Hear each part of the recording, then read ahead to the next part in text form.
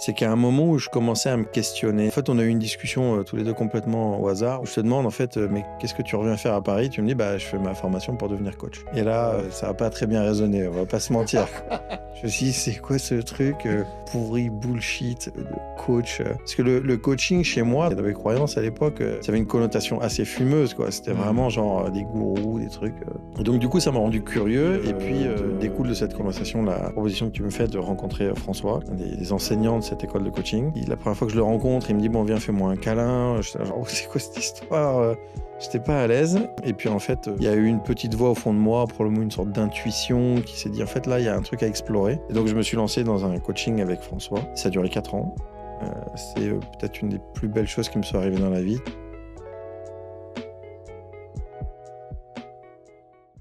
Salut Guillaume, et merci d'avoir accepté mon invitation. Moi, je suis ravi de t'accueillir dans ce podcast. Ça faisait un moment qu'on avait prévu de faire cet échange.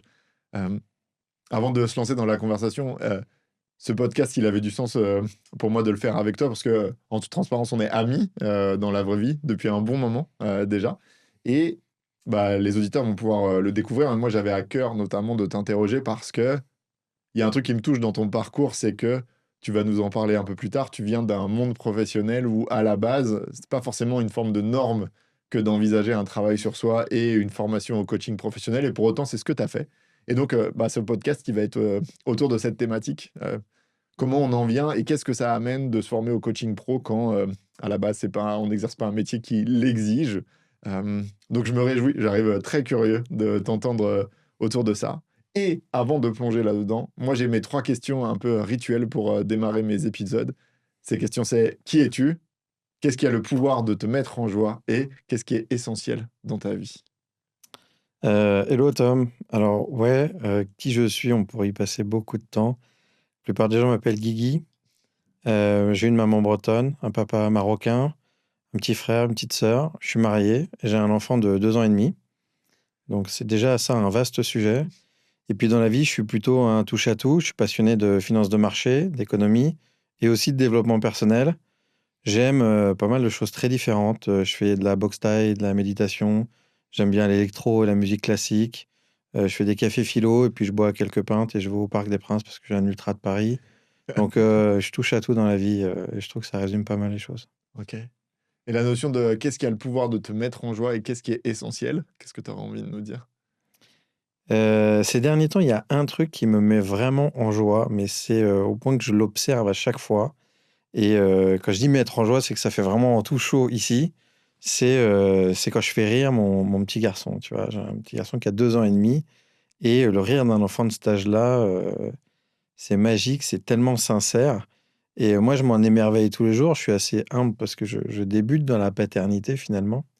Et en fait, ce rire, c'est un truc qui peut me changer une journée.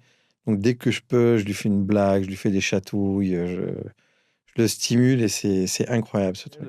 L'essentiel pour moi aujourd'hui, c'est d'avoir un équilibre. Et les gens l'imagent un petit peu en disant un équilibre pro-perso. Et chez moi, le pro-perso, c'est- ça tient pas vraiment parce que je suis passionné par ce que je fais. Mon boulot, c'est vraiment un centre d'intérêt sincère. Mais c'est un équilibre entre mon sommeil, mon sport, mes moments en famille, mes passions, euh, le fait de pouvoir me déposer aussi, d'avoir des moments d'oisiveté, hein, des moments où il n'y a rien. Ça, c'est ça qui conditionne un peu, je dirais, comment je me sens au quotidien. Trop bien. Merci, ça nous en donne un peu plus sur qui tu es. Moi, ça résume un peu bien, je trouve, le qui es-tu. Ça ramène à un concept qui est assez central dans le coaching qu'on appelle les polarités. Mm, Et moi, c'est ça que j'aime à ton contact, c'est être capable de café philo et de gueuler au Parc des Princes, tu vois. mm. Moi, je trouve ça très beau, les gens qui osent côtoyer des polarités différentes. Et donc, je le disais en introduction, ce qui est singulier chez toi, Guy, c'est que bah, on est potes depuis l'école de commerce. On s'est rencontrés en école de commerce. On a fait Néoma tous les deux il y a une quinzaine d'années Mm, maintenant. Sale histoire. mm, Euh, et, euh, et assez vite, au sortir de cette école, tu nous en parleras. Tu rejoins un fonds d'investissement réputé et reconnu. mm. Et puis, ben, on reste amis. Et au fur et à mesure de ces années, il y a quand même un lien autour de l'intérêt pour la connaissance de soi, le travail sur soi, et de fil en aiguille, le coaching est apparu chez toi. Et avant de plonger dans ça, justement, moi, je serais quand même curieux. Pour moi, c'est un écosystème, pour certains, qui est évident et pour d'autres qui est un peu fumeux. Donc, je serais curieux quand même de... Est-ce que tu pourrais nous décrire en termes de moldus, des gens Hmm. qui connaissent pas, qui sont pas des initiés, à quoi ça ressemble ton métier et le quotidien et l'environnement dans lequel tu évolues professionnellement? C'est marrant parce que tu as parlé du mot fumeux, mais à l'époque, quand moi j'ai commencé ma carrière en finance, c'est plutôt le coaching qui paraissait fumeux pour moi. Ça paraissait être un truc complètement bullshit, avec des gourous, des gens qui te racontent des trucs avec un melon et pas vraiment de cohérence. Et effectivement, parce que à cette époque-là, j'évoluais dans un monde, donc la finance de marché, j'étais sur un gérant d'actifs français, qui est un monde très cartésien. C'est un monde très cartésien qui est porté sur l'excellence, sur des disciplines très concrètes, hein, les chiffres, l'argent, la gestion, l'économie, un peu moins les émotions que le coaching t'amène à explorer. Et c'est un monde, déjà c'est un monde fantastique, avec des gens brillants, et des gens hyper intéressants, des gens passionnés, des gens qui ont tous cette culture de l'excellence, cette culture de la performance. Et moi, quand j'ai commencé, c'est vraiment ça qui m'allait. C'est de ça dont j'avais envie. J'avais envie de performer, d'être un top performeur dans une jolie maison et d'être perçu comme ça. C'est un peu comme ça que je me définissais. Je gagnais un petit peu d'argent. J'avais de la reconnaissance de gens brillants. Et c'est vraiment dans cet écosystème-là que j'ai évolué pendant une dizaine d'années, une bonne dizaine d'années. Et puis, comme tu le disais, il y a un moment où j'ai commencé à me questionner, déjà à ton contact, au contact de deux, trois autres personnes. Et puis, ouais, est venu quelques sujets comme la quête de sens, que j'avais moins exploré en étant à fond dans mon boulot, parce que c'était vraiment ça mon quotidien. Hmm. Et puis, petit à petit, ouais, j'ai eu ce goût de creuser un peu cette curiosité. Hmm. Trop bien. Et euh, moi, je trouverais intéressant quand même pour qu'on mesure la notion de peut-être de grand écart. Euh, Si tu devais nous pitcher en trois, quatre phrases, concrètement, ton job, ça consiste en quoi?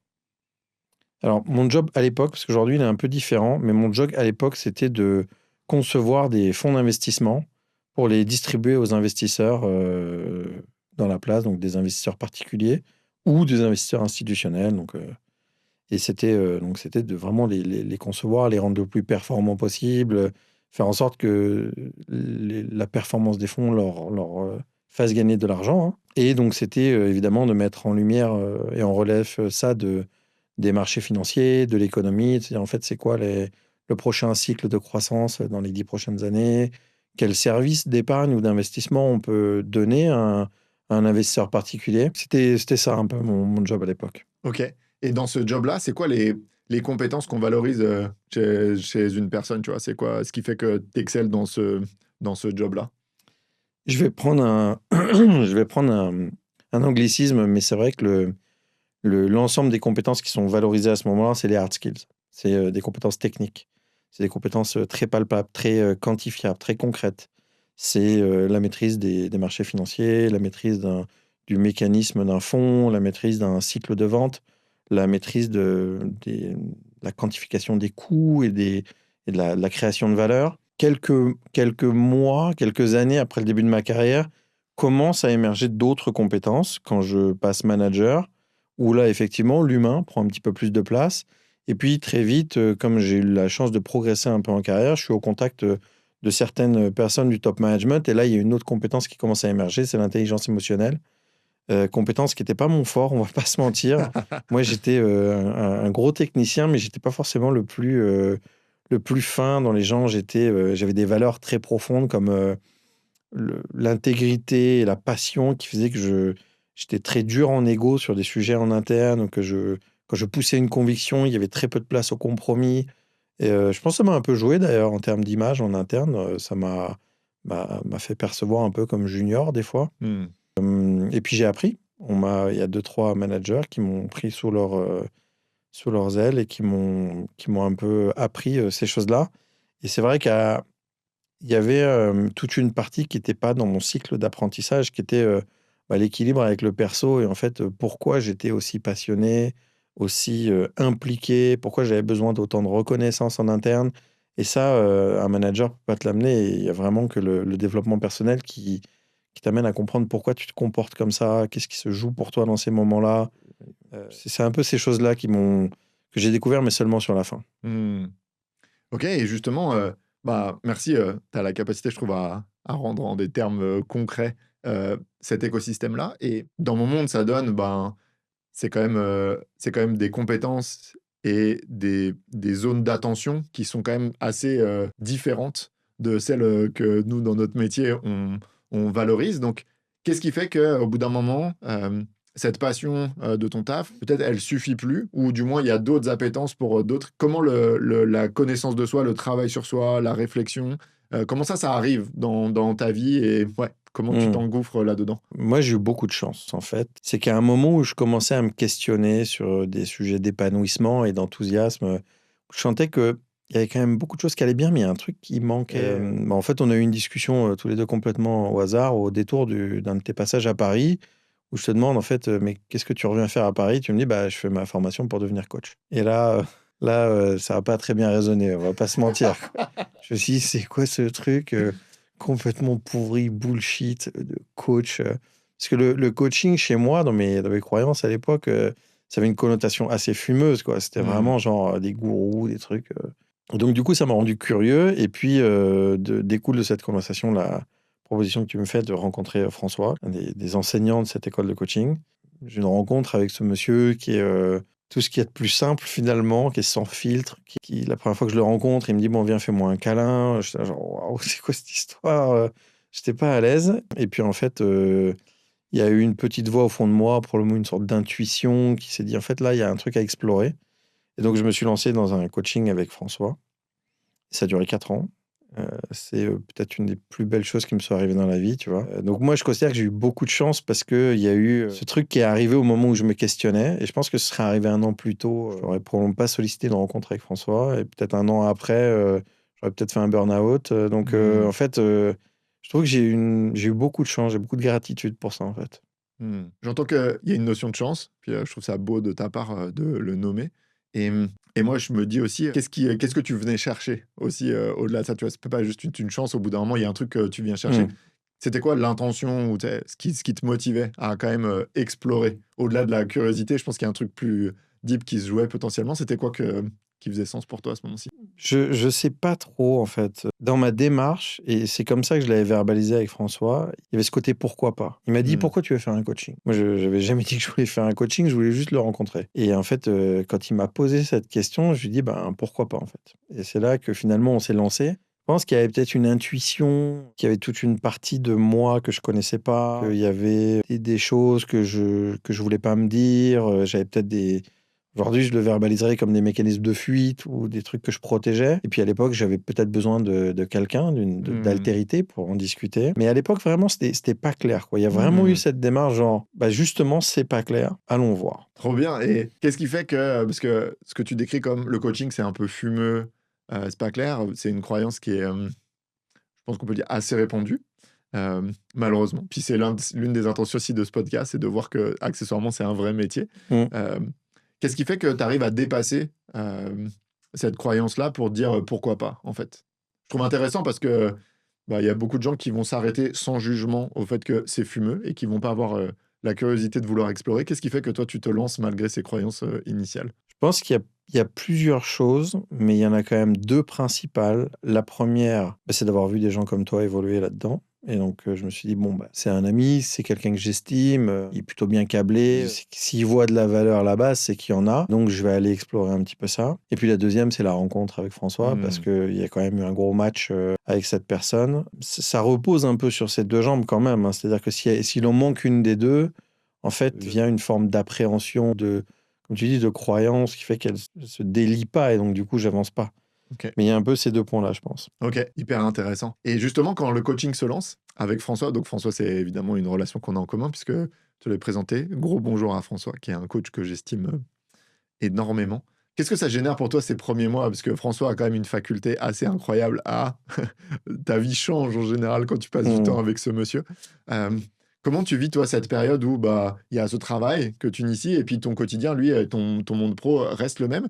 Comment tu surfes ça, toi, au début? Bah, c'est une bonne question parce qu'à l'époque, je pense que je m'en étais pas rendu compte, mais je le navigue avec beaucoup de frustration, je pense. Mmh. Je le navigue avec beaucoup de frustration parce que d'une part, il y a cette démarche de développement personnel qui est ce coaching, donc qui commence, qui est très enrichissant. Tu vois, c'est un lâcher-prise. Vraiment, il y a des choses que je vais explorer, que j'avais pas envie d'aller voir et je me dis les choses, je comprends les choses et du coup, de cette étape-là, ensuite, je commence à avancer sur certains sujets. Donc ça, c'est chouette. Et donc, petit à petit, se crée aussi une croyance que le coaching, c'est incroyable, c'est génial. Mmh. Et donc, du coup, il y a un passage un peu de 0 à 100 très rapidement. Et puis je me rappelle aussi que quand j'en parle, et pas que dans mon univers pro, tout cet enthousiasme que j'essaye de communiquer là-dessus, j'arrive pas tout le temps à convaincre. Parce que justement, les gens avaient aussi des croyances comme moi, ou ils ont peut-être eu des expériences négatives, je sais pas. Mais quand j'en parle, c'est vrai que ça rebondit pas avec le même enthousiasme que j'aimerais. Et comme j'ai pas le talent de François, j'arrive pas forcément à communiquer un petit peu la Mmh. richesse et la valeur qu'il y a là-dedans. Donc je pense que, mais tu vois, c'est vraiment une prise de conscience plus récente, ça. Je pense qu'à l'époque, je suis inconscient, je perçois pas que j'ai cette frustration qui vit parce que je parle de mon coaching et que c'est trop bien et que en fait, Mmh. les gens sont là, ah ouais, super, bon bah ok. Et au fait, tu as fait le PowerPoint que je t'avais demandé, tu vois. Il y a un peu ça, quoi. Il y a un peu cette dualité qui existe à ce moment-là, je pense. Ouais. Et en même temps, je pense qu'il y a une forme de réalité dans ce que tu évoques, c'est que ça me semble difficile de retranscrire ce qu'est le coaching, en fait, Ouais. quand on le vit. Enfin, moi, j'ai beaucoup de clients qui me disent: «Ah là là, mais c'est fou, j'ai l'impression qu'il y a une forme d'intensité dans nos échanges». Puis dès que dans l'heure d'après, dès que j'en parle à mon conjoint, ma conjointe, des amis, ça semble d'une banalité quand, je l'évoque. Et ouais, je trouve c'est enfin, dans ce que tu me Mmh. partages, il y a ça pour moi. C'est dur de retranscrire, l'intensité et ce qui se joue dans une conversation. Et moi, j'ai un facteur aggravant de ça en plus qui est complètement anecdotique. C'est à ce moment-là, ou un petit peu avant, je commence la boxe et je prends des coachings de boxe avec un coach. Et du coup, quand je parle de la session que j'ai fait avec mon coach la veille, personne ne comprend si je parle de celle de développement personnel ou de boxe. Au Mmh. point que comme en fait, j'en parle de façon un peu vague des fois, les gens pensent que c'est la même personne en fait. Donc Mmh. aucun rapport quoi. Donc Donc OK, donc c'est un coach de dev perso et de high kick et ouais, de exactement. Ouais, c'est un peu improbable comme setup. dans le pro, tu fais le choix de parler du fait que tu t'engages dans cette démarche ou c'est un truc que tu gardes, Je pense que j'en parle pas tout de suite et je pense que dans le perso, j'en parle pas tout de suite non plus parce que j'y vais quand même avec un questionnement de qu'est-ce qui va sortir de ça et en fait, j'ai pas envie de m'emballer devant des gens ouais, pour que finalement, un an après, je leur dis non, mais ça, je l'ai abandonné il y a 6 mois parce que c'était nul en fait. ouais, OK, je comprends. Donc, je pense qu'il y a une partie un petit peu défensive de moi qui s'exprime là. Et puis petit à petit, je pense que les langues se libèrent. Ça me prend quand même, à mon avis, un bon 12-18 mois. Mmh. Puis au début, les séances étaient tellement intenses émotionnellement pour moi que je les espacais parfois de 2 mois. Tu vois, Mmh. donc c'est beaucoup de mois entre deux séances. Donc, si tu veux, la première année, elle a été aussi un petit peu en pointillé à ce niveau-là. Donc, je pense que j'en ai pas fait trop état, mais petit à petit, ça a commencé à transpirer. Et petite parenthèse pour les gens qui nous écoutent, c'est pas la norme, le format que tu as vécu avec François. Je pense que et toi et lui, au bout d'un moment, c'est devenu autre chose que du coaching et donc vous êtes sortis d'un cadre. Je dis juste pour pas qu'on se n'ancre que, c'est ça, Ouais. un coaching, c'est 4 ans et c'est des séances toutes les 2 mois. Mm. Il y avait quelque chose de très singulier dans le fonctionnement qui a dépassé au bout d'un moment, Ouais. le strict cadre du coaching et donc qui sortait un peu des Mm. protocoles, convenus, quoi. Ouais, François, c'est un ami aujourd'hui, c'est un très bon ami. Tu vois, le deuxième prénom de mon enfant, c'est François. Bon, quand je vais le voir à Montréal, je vais dîner en famille avec lui. Donc, il s'est construit quelque chose de plus, effectivement. Et Mmh. puis, en plus, les 2 mois au départ, il y avait une partie de moi qui avait une appréhension que ça se termine, en fait. Et donc, quand je lui en ai parlé, il m'a dit, écoute, pour l'instant, on met pas de date de fin. On était partis sur 10-12 séances, mais on enlève cette limite, on voit ce qu'il advient. Finalement, on s'est retrouvé à parler beaucoup plus régulièrement. Et effectivement, normalement, un coaché, tu le prends pas pour 4 ans, tu le prends plutôt pour 10-12 séances. Donc, Ouais, c'est trop et en même temps, c'était trop beau de voir, ce que ça avait ouvert et donc à tel point qu'au bout d'un moment, ce coaching chez toi, il commence à planter une graine, ouais. un peu à la Inception de: «Hey, et si j'allais plus loin quand même, dans ce cursus-là et si j'envisageais de me former professionnellement?» Qu'est-ce qui fait que de c'est fumeux à c'est un truc de gourou à j'explore à tiens, je vis l'expérience à pourquoi pas moi? Donc qu'est-ce qui, comment tu vis et qu'est-ce qui amène le fait de, Hmm. d'envisager d'être de l'autre côté en fait et devenir, coach à ton tour? Moi, je vais être très honnête. Quand j'ai fait la formation pour devenir coach, à la FCP, je ne l'ai pas fait pour devenir coach. Je ne l'ai pas fait Hmm. pour coacher. Je l'ai fait pour progresser académiquement sur tous ces sujets de coaching. Moi, je suis quelqu'un qui a besoin de développement académique par rapport à plein de petites choses de ma petite enfance. J'ai un MBA, j'ai un CFA, donc une certification de coach, c'était une évidence pour moi. Et vraiment, je l'ai fait de façon égoïste pour progresser sur ces sujets. Je ne l'ai pas fait en me disant, bah, tiens, je vais coacher des gens. Je l'ai Hmm. fait, je me suis dit, bah, enfin, en passant de l'autre côté, ça va prendre le relais de mon coaching avec François, auquel on avait mis un terme, du coup, pour justement continuer de me développer. Et dans le cadre de la formation, on doit à un moment trouver des clients, on doit les coacher, on doit fournir les enregistrements, etc., pour appliquer un peu la méthode qu'on nous a donnée. Et c'est là où je me suis rendu compte que coacher, ça venait répondre à deux choses chez moi. D'une part, ça venait répondre à ma quête de sens, c'est-à-dire que ça venait m'apporter des moments d'émotion, des moments de sens, des moments d'authenticité, d'intégrité, des moments quasiment fusionnel avec un coaché.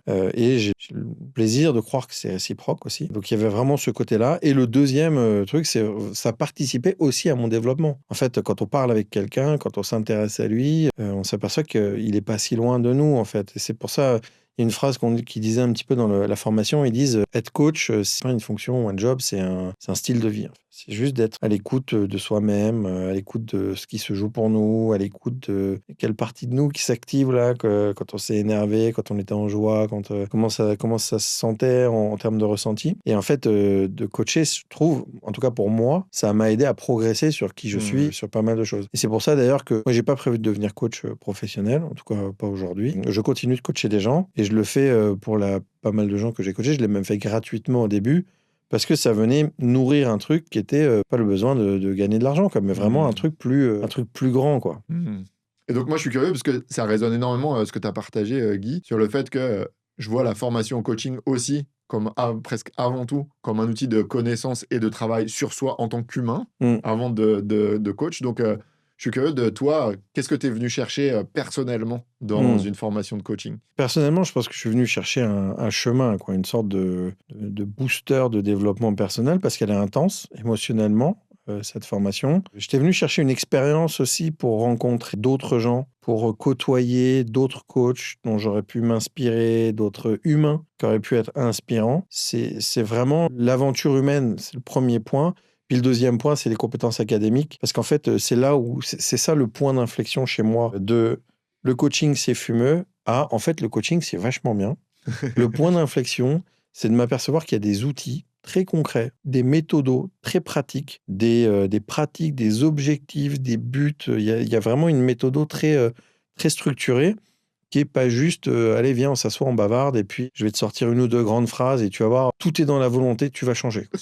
De voir tous ces outils un peu concrets, bah déjà de pas les maîtriser parce qu'il y a de l'arrogance là-dedans, mais de me tester à les déployer, c'était hyper intéressant, hyper excitant et c'est venu me nourrir, moi, en termes de sentiment de développement. Tu vois, typiquement, l'année que j'ai passée à me former, j'ai l'impression qu'il y a quand même un avant et un après. Et en plus, Hmm. chez moi, il y a eu un effet démultiplicateur, c'est que j'ai eu un enfant, mon premier enfant, à ce moment-là. Hmm. Donc, en termes de maturité, j'ai Bim. quand même eu deux boosters importants. Et c'est vrai que du coup, il y a un moment où je me suis dit, bon, bah là, il faut que je reprenne un boulot. Parce que du coup, j'avais pris 2 ans de pause. De façon assez amusante, j'ai pris 1 an pour faire un MBA, donc un truc très académique, très hard skills et très quantifiable, business, etc. Et puis l'année d'après, j'ai pris une année off pour faire une formation de coach. Donc c'est quand même très complémentaire et Hmm. très différent. Puis à un moment, je me suis dit, bon, maintenant, je trouve que j'ai 2, 3 nouveaux trucs dans ma besace là pour reprendre un boulot et peut-être chercher quelque chose d'un peu différent de ce que j'avais avant. Hmm. Et peut-être, si tu me le permets, avant de plonger dans justement ça ressemble à quoi le cycle d'après, moi je suis curieux est-ce que tu aurais un ou deux exemples de concrètement les éléments sur lesquels toi tu m'as dit il y a eu un avant et un après. Hmm, C'est quoi les éléments liés à toi hmm. où tu vois cet avant et après? Il y a un truc que même pendant mon coaching, j'avais pas trop compris, j'avais pas vu la valeur là-dedans, c'est la méditation. Et alors, méditer pour moi, c'est quand même un grand écart par rapport à Hmm. l'hyperactif que je suis. Et surtout, dans la méditation, il y avait une croyance que la méditation, tu t'asseyais en tailleur, tu fermais les yeux, tu mettais les mains comme ça, et puis hop, t'arrivais dans un espace cognitif où en fait, il y avait plus de pensée, tu vois. Et puis c'était un état zen de Bouddha, tu pouvais rester 36 heures comme ça, etc. Et en fait, pas du tout, quoi. C'est pas du tout ça. Et donc, pareil, quand on m'a dit, non, non, attends, déjà, tu vas faire attention à ton corps, voir ce qui bouge, qu'est-ce que tu ressens. Tu vas faire ce qu'on appelle un scanner corporel, tu vas voir ce qui t'active, etc. Puis en plus, tu vas faire attention à ta respiration, l'ancrage. Enfin, En fait, je me suis dit, en fait, il y a plein de méthodes concrètes dans la méditation. Et ce truc-là, chez moi, ça a pris une forme que j'utilise beaucoup comme terminologie aujourd'hui. C'est des moments pour se déposer. Parce qu'aujourd'hui, on vit quand même dans une société où on est hyper stimulé, hyper sollicité, que ce soit par le téléphone, les emails, la vie perso. Et juste de prendre des moments d'oisiveté, des moments où on fout rien, des moments où juste on pense, on laisse toutes les choses un peu se décanter. Ça a été ma découverte du cursus. Donc, au départ, pendant la première session, il nous explique qu'on va devoir méditer 30 minutes par jour. Donc là, moi, limite, je tombe dans les pommes quand il m'explique ça. AVC direct. Ouais, c'était waouh, je suis pas au bon endroit du tout, je vais sortir.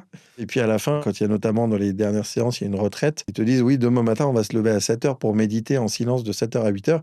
Moi, j'étais genre, ah, c'est cool en fait, trop bien. Et on peut pas pousser un peu plus même. Enfin, c'était assez marrant. Donc ça, c'est vraiment le truc pour moi qui a changé. Parce qu'en fait, ce que ça retranscrit un peu, c'est que j'étais aussi beaucoup plus à l'aise avec l'humain avec qui j'étais, quoi. J'ai beaucoup moins de fuite, beaucoup moins de protection de plein de trucs. Et donc, je vis avec ce qui vit chez moi. J'ai pas d'inconfort dans certains moments. Donc, ça a été un des grands enseignements du Ouais, programme. trop cool. Trop cool d'entendre ça. Et on n'en a pas discuté avant, mais moi, il y a un truc qui me semble avoir observé chez toi. Et je trouve intéressant de le partager parce que je vois ça chez beaucoup de clients. C'est, pour moi, tu es un peu la quintessence de. Bah, tu as un cerveau qui va très vite, Guy. Tu vois, ton cerveau, il va à fond. Tu es très à l'aise dans analyser, jouer avec des concepts, être capable de discerner ce qui se joue, tu vois, dans une situation, etc. Et en plus, ton job renforce ça. C'est-à-dire que on valorise le fait que ton cerveau aille vite, trouve des solutions. Et ce que je trouve intéressant, moi, c'est que le coaching, au bout d'un moment, c'est accepter que, indépendamment de à quel point notre cerveau est brillant, il permet pas de répondre avec justesse, alignement, joie, sérénité à toutes les situations du quotidien auxquelles on est confronté. Et moi, il me semble avoir observé que, durant cette année, c'est un peu comme si je t'avais vu shifter c'est exclusivement cognitif ou très majoritairement cognitif et je peux regarder le monde avec d'autres pans que juste mon cerveau qui va hyper fort, quoi. Il me semble observer plus de nuances chez toi, là où pour moi le cerveau, tu sais, ça amène quand même beaucoup des catégories, une forme de polarité. Donc ouais, il y a une sphère plus vaste avec laquelle tu fonctionnes. Moi, je serais curieux que tu nous en dises, enfin, est-ce que je me plante?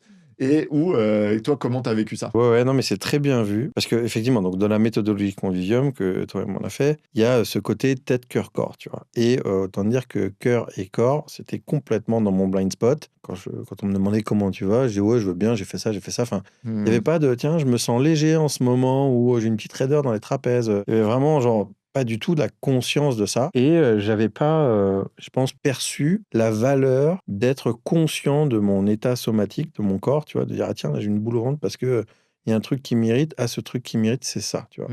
Mais d'arriver dans le cheminement via la conscience du somatique, et encore moins par les émotions, de dire, en fait, attends, là, c'est quoi l'émotion qui vit là en ce moment? C'est de l'enthousiasme, c'est de la joie, c'est de l'hystérie, c'est en fait d'essayer de trouver avec granularité le mot, ça pareil, ça n'a pas vraiment existé chez moi avant. Donc si tu veux, ce côté tête, cœur, corps, je l'ai un peu aussi découvert. Bon, pendant mon coaching, je l'avais un peu exploré, mais la valeur de ça, je l'ai découvert que pendant la formation. Moi, c'est ça qui me touche presque le plus, je trouve, dans ton parcours. Je trouve qu'il y a tellement de... Enfin, tu vois, on a fait la même parcours, école de commerce, donc théoriquement, on nous dit on est des gens plutôt bien câblés, qui réfléchissent bien, etc. Et donc, je trouve que, pour moi, c'est comme si ça oriente, près de ça conditionne le fait que, hé, les gars, vous avez un cerveau qui est plutôt bien fait, tu sais, avancez dans le monde avec ce cerveau.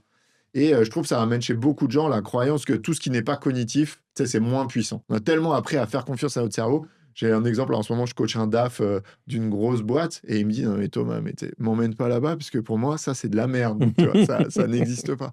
Et donc, moi, c'est ça qui me touche. Comment on peut voir que, tu sais, tu l'as dit, en fait, c'est pas juste un truc de bisounours et tout. Pour moi, il y a une forme de puissance là-dedans. Tu vois, les gens qui sont capables de naviguer très fort dans du cognitif et qui ont la capacité de qualité d'écoute, de discernement, etc. Pour moi, ça fait des humains, je trouve, qui naviguent le monde avec plus de puissance, sérénité, alignement, quoi. Mais ça implique de accepter de challenger la croyance que tout ce qui n'est pas cognitif est bisounours, fumeux, câlin aux armes, quoi. Ouais, c'est vrai. Je pense que c'est très, très propre à notre monde occidental, quoi, parce que quand tu vas dans les cultures un peu plus asiatiques ou même quand tu vas dans certaines cultures sud-américaines, tu vois, le somatique et l'émotionnel, c'est quand même beaucoup plus central que le cognitif, en fait. Ouais. Donc, il y a beaucoup d'héritage identitaire là-dedans. Et avant de s'en dépêtrer, avant de prendre du recul par rapport à ça, pas facile, en fait. Ouais.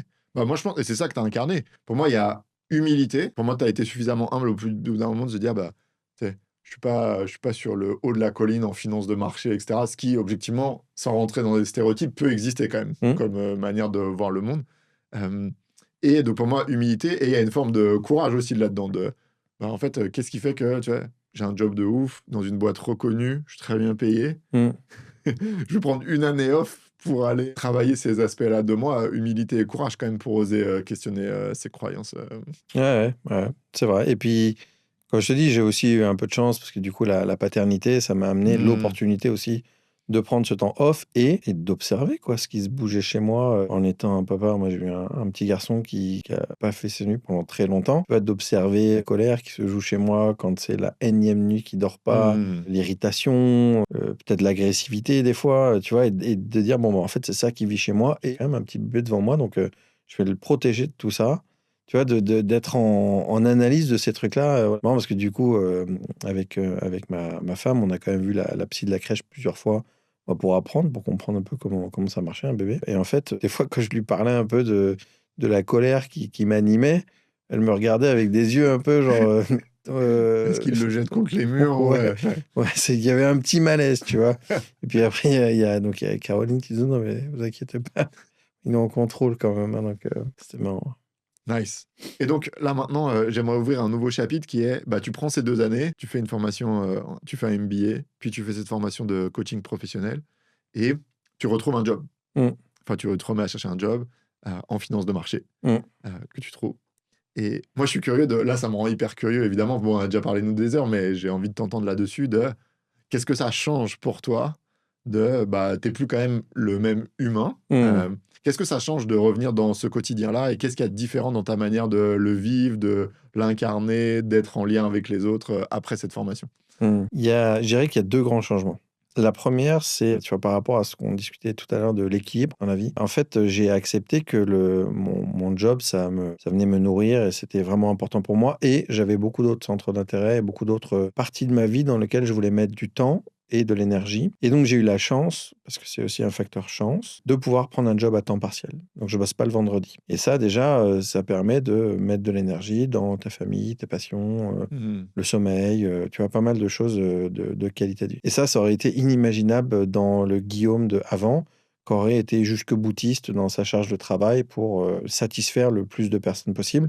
Aujourd'hui, déjà, j'ai une équipe géniale qui bosse très bien, même quand je suis pas là. Et puis moi, je suis quand même suffisamment efficace pour faire le job en 4 jours. Donc ça, c'est vraiment une première chance. Et la deuxième chose qui a changé chez moi, c'est aussi mon rapport à mon boulot, mais aussi dans ce que ça reflète des autres, et d'accepter qu'en fait, un peu comme moi, pour les autres, et notamment pour les gens dans la boîte avec qui je bosse, que ce soit dans mes équipes ou pas dans mes équipes, en fait, le boulot, c'est pas forcément leur vie. Et ça, c'était un peu une croyance que j'avais avant. Mmh. Et donc, du coup, d'être beaucoup plus tolérant, d'être beaucoup plus dans l'empathie et de comprendre que justement leur vie, elle repose sur beaucoup d'autres choses. Et donc, de prendre autant de temps à discuter avec mes collaborateurs de leur équilibre pro-perso, de comment ça va leur perso, Mmh. etc. Parce qu'il y a une croyance qui est arrivée ces derniers temps, c'est qu'en fait, un collaborateur, il donnera le meilleur de ce qu'il peut si jamais il a une vie équilibrée et stable. Et si jamais il a des sujets de couple, de famille, d'argent. En fait, c'est pas un collaborateur qui est épanoui dans son boulot. Donc, s'il bosse très bien, en fait, c'est juste une cocotte minute qui va exploser à un moment. Et voilà, et dans le rapport d'un humain à un autre humain que moi, je veux avoir maintenant, je vais être beaucoup plus caretaking dans l'aspect de la vie et d'amener aussi une humilité là-dedans. C'est-à-dire que les gens, ils l'ont pas demandé, ça. Donc, faut pas être intrusif. Tu as des gens qui veulent s'ouvrir, tu as des gens qui veulent parler. Et puis, ces gens-là, ben, faut être là pour eux. Et Mmh. puis, tu as des gens, par contre, qui t'ouvrent pas la porte parce qu'ils en ont pas envie. Et c'est très bien aussi. Et c'est Tu OK, vois, ouais. c'est OK, Mmh. exactement. Du coup, la formation, moi, je l'ai fait donc, au Canada. Et au Canada, ils ont cette expression qu'ils disent tout le temps, c'est correct. Mmh. Tu vois, C'est bien correct. voilà, et du coup, bah, moi, je l'utilise souvent parce qu'en fait, que les gens, ils ont envie de s'ouvrir, qu'ils ont envie de parler, qu'ils mettent le niveau de relationnel avec toi à un niveau ici ou un niveau ici, dans les deux cas, c'est correct. Parce Mmh. que c'est leur décision, il faut la respecter. Bah, c'est trop chouette que tu ça. Ouais, moi, ça m'amène à cette formulation aussi que j'aime beaucoup qui est, on veut pas infliger cette posture, tu vois? Genre, c'est Ouais, trop cool de si elle peut être vertueuse et acceptée parce qu'on l'a rendue explicite auprès de la personne avec qui, on ouais, échange. Mais, pour moi, il y a rien enfin, il y a pas grand-chose de plus, dégueulasse quand même qu'un coach, tu sais, qui joue au coach, peu ouais, importe ce qui se joue en face, et ouais. cetera là. Pouah. C'est le point que dans le coaching, quand tu fais un coaching, il y a un consentement que tu donnes à Mmh. quelqu'un pour te questionner. Alors que notamment tes collègues, tes amis, tes proches, ils t'ont pas donné ce consentement. Donc faut pas être intrusif. Et c'est là où toute la nuance est intéressante, c'est que on a appris beaucoup d'outils pour quand même pouvoir faire avancer les choses avec un autre angle, plus humain. Ouais, notamment cette phrase que j'adore, c'est questionner pour comprendre et pas pour répondre. Mmh. Quand tu es avec un collaborateur, tu questionnes pour comprendre, c'est quand même pas pareil que quand tu questionnes pour répondre derrière. Et donc, du coup, c'est des outils que tu peux déployer, mais il faut le faire avec une forme de respect de l'autre et d'intelligence émotionnelle parce que t'as pas quelqu'un qui t'a dit OK pour que tu me coaches, quoi. Et donc justement, spécifiquement peut-être, moi je vois dans ma formation, dans l'école, il y a beaucoup de managers. Je suis curieux de qu'est-ce que ça a changé, tu gères une équipe aujourd'hui, qu'est-ce que ça a changé dans ta manière d'être manager, le fait d'avoir accès à ces outils, ces éléments de conscience, etc. Ouais, qu'est-ce que ça a changé, puis qu'est-ce que tu amènes concrètement dans ton management aujourd'hui? J'amène un certain nombre de choses et pas tant que ça finalement, Ouais. notamment pour pas être intrusif. Il y a beaucoup d'outils de questionnement que j'utilise, il y a tout ce qu'on discutait tout à l'heure sur le pro-perso, vérifier que la personne va bien, comment elle se sent, et tu vois, et pas de se contenter de ça va, ouais, ça va bien, parce qu'en fait, ça fait pas avancer les choses. Et puis j'ai appris aussi, c'était pas mon intention au début, justement un peu à step back de tous ces outils-là. Donner un exemple avec mon équipe. Au départ, dans les réunions d'équipe, je faisais des petites méditations. On faisait une méditation de 3 minutes. En fait, c'était juste un petit moment de centrage, de transition avec la journée qui s'arrête pas. Et même, il y a des gens qui, c'est le matin, donc ils venaient de commuter, etc. Donc, je trouvais que c'était intéressant. Et ça avait de la valeur pour moi. Ça a eu de la valeur pour quelques personnes, mais la majorité, en fait, ils n'ont pas forcément acheté cette pratique. Ça ne résonnait pas chez eux, etc. Donc, on a arrêté. Plutôt que d'essayer de le passer en force avec une forme de posture un peu prescriptive de moi, je suis coach, j'ai la vérité. Donc, on va faire ça. De se dire, en fait, ils veulent pas faire ça. Ok, très bien, bah, c'est correct, quoi. On fait autre chose, finalement, tu vois. Et je pense que c'est important de garder ça à l'esprit. Pour moi, le mot central de toute cette démarche de coaching, c'est quand même l'humilité. Tu vois, tu en as parlé une ou deux fois. Si tu n'arrives pas à être humble et à faire ce que tu fais pour les autres et pas juste pour nourrir ton ego, en fait, on enferme dans une forme d'ego trip où en fait, il y a de la distance qui se met avec les gens. Ouais, c'est clair. Et moi, ce que je trouve intéressant aussi dans ce que tu amènes, Guy, on entend beaucoup parler en ce moment, enfin moi, on me sollicite beaucoup sur le manager coach, comme si la quintessence du management était d'être ce manager coach. Et moi, je trouve intéressant avec ce que tu amènes, c'est accessoirement, je crois plutôt en la puissance du coaching, tu vois, je ferais pas ce métier. Donc, je trouve puissant qu'un manager puisse avoir cette casquette-là. Et actons que le but du jeu n'est pas d'être que coach en tant que manager et que il y a certains contextes dans lesquels c'est incroyablement vertueux, notamment tu sais, comprendre, mettre du lien, être capable d'amener la relation peut-être à un autre niveau. Et par contre, dans certains contextes, c'est la pire des choses que d'être dans une posture de coach. Et donc, moi, je crois beaucoup au fait que le talent d'un manager, c'est beaucoup plus maîtriser une palette de postures assez large et d'avoir la capacité de naviguer fluidement entre ces postures en fonction du contexte, des gens qu'on a en face de nous, de leur degré d'ouverture, beaucoup plus que à partir de maintenant, tous coach, quoi. Ça me paraît une belle hérésie. Et puis moi, je trouve que c'est ça que tu amènes, en fait, avec cette expérience-là. Moi, je serais curieux, dans ton rôle de manager toujours, en quoi le fait d'avoir cette posture et cette casquette de coach, tu le vois comme un truc au service de la performance de tes collaborateurs, de ton équipe. Je suis curieux du lien que tu peux faire si tu en as été témoin. Je pense que j'ai pas assez de recul encore aujourd'hui là-dessus. Un manager, c'est effectivement quelqu'un qui doit faire arriver son équipe à une certaine performance à un moment. Il faut pas le perdre de vue. Et je pense que dans les outils du coaching, il y a des trucs qui peuvent t'aider pour y arriver. Mais est-ce qu'aujourd'hui, est-ce que j'ai pu documenter après les 1 an et demi que j'ai passé sur mon poste, que en déployant ces outils, on est plus efficace? Je sais pas. On se reparle dans 2 ans si tu veux. Mais c'est vrai que moi, au quotidien, j'ai l'impression que ça fluidifie pas mal de choses. Puis sur l'émulation ou la performance, je sais pas encore dans quelle mesure ça contribue à ça. Merci pour tout ça, Guy. On arrive gentiment à la fin de cet épisode. Et moi, j'ai pour habitude de le clôturer avec une série de 10 questions. Réponse en quelques mots, pas d'explication à me donner. On se lance? Allez. Première question. Si tu pouvais poser une question puissante à qui tu veux, quelle serait cette question et à qui la poserais-tu? C'est le fan du PSG qui va parler là. Je pense que j'irai voir Zlatan Ibrahimovic et je lui dirais, bon, je pense qu'il y avait un peu d'acting dans tout ce que tu faisais, mais est-ce que tu penses que ton ego, il a pas desservi le collectif? Parce que malgré ton talent, tu n'as quand même jamais gagné la Ligue des Champions et tu as évolué dans des équipes incroyables. Un plaisir coupable que tu assumes totalement. Petit McDo de temps en temps, c'est pas mal. Un livre, un film ou une œuvre qui t'a marqué dans ton chemin de coach? Il y a un truc qui m'a marqué. Est-ce que tu as vu la série de Ted Lasso? Non. Non? Ok. Donc, l'histoire, c'est un gars qui devient coach de foot européen en Angleterre alors qu'il était coach de foot US. Et en fait, il a été positionné là pour faire foirer un projet, mais c'est pas... il a été manipulé. Et dans le dernier épisode de la saison 1, il se retrouve à jouer aux fléchettes contre un mec qui est un pro des fléchettes et qui fait un pari incroyable contre lui. Et il s'avère que le gars, finalement, lui met une raclée aux fléchettes. Mais juste dans les derniers jeux de fléchettes, il lui dit, tu sais, machin, moi j'ai appris un truc dans la vie, il faut pas juger, il faut poser des questions, il faut être curieux. Parce que si jamais tu avais été curieux, tu m'aurais dit, est-ce que tu as déjà joué aux fléchettes, Ted? Et là, tu vois, il les met tous dans le vin à chaque fois. Et finalement, il gagne son pari comme ça. Et donc, c'est ça que j'ai gardé à l'esprit. En anglais, ils disent « Don't be judgmental, be curious ». Trop bien. Le pire conseil qu'on t'ait jamais donné? Ça, je pense que c'est un conseil que beaucoup de parents ont eu avec leurs enfants à un moment, c'est fais pas ton intéressant. Si tu avais une journée totalement libre pour toi, tu la passerais comment? Je pense que je commencerai par une grasse mat, parce que le sommeil, c'est important dans mon équilibre. Ensuite, j'aurai probablement un peu de sport, un peu de boxe. Ça me permet de somatiser pas mal de choses, la bagarre. Après, j'aurai probablement quelques moments quali en famille, avec mon petit, avec ma femme. Peut-être une petite méditation, un moment un peu d'oisiveté, de calme. Peut-être une petite soirée poker à la fin, quelque chose comme ça, quoi. Comme celle que l'on s'apprête à faire juste après cet épisode. Un rêve ou un projet un peu fou que tu aimerais réaliser un jour. Il y a quelque chose qui me fait très peur et que j'aimerais vraiment bien faire un jour quand même, c'est passer mon brevet de parachutisme. Et ça, c'est bon, ça fait quand même peur de se jeter d'un avion, donc voilà, ça prend un peu de temps Mmh. à digérer. Un souvenir d'enfance qui te fait sourire rien qu'en y pensant. Je sais plus quel âge je devais avoir, je sais pas, 8 9 ans, un truc comme ça. C'était un dimanche soir et j'avais passé la journée en famille. On avait été se balader dans un parc en famille. Et à 19h30, mon père il me dit bon, viens, on sort, on va aller au parc, tu vois. Et moi, à 9 ans, je lui dis non, mais le parc, c'est nul. Le reste, on regarde la télé ou je sais pas quoi. Et en fait, j'avais pas compris, mais il m'a emmené au Parc des Princes. C'est mon premier match et c'était Mmh. incroyable comme souvenir. Trop bien. Et enfin, être coach professionnel en un mot, ça veut dire quoi pour toi? Humilité. Merci beaucoup Guy. Avant de te laisser filer, j'aime clôturer par si tu avais une invitation pour les gens qui nous regardent et ou nous écoutent, quelle serait-elle? J'ai envie de dire faites un coaching, mais comme pour certains, ça va peut-être être un long shot parce que ça va être genre, oh là là, soyez curieux d'une rencontre exploratoire avec un coach. Juste Mmh. une discussion d'une heure dans un café, c'est gratuit la plupart du temps en plus, donc ça va probablement activer quelques questions. Mmh. Merci beaucoup Guy. C'était un Merci. plaisir de t'avoir et puis pour moi, je clôturerai avec, ça avait beaucoup de sens aussi parce que ça vient clôturer un parcours quand même assez singulier et moi, je trouve ça très inspirant chez toi, la capacité à oser, venir questionner des certitudes, tu sais, t'engager dans un nouveau processus. Moi, je me sens beaucoup apprendre de toi, sur ces aspects-là donc merci beaucoup d'avoir eu, la gentillesse de venir en parler, à ce micro. C'était un bonheur et à très vite. Merci Tom.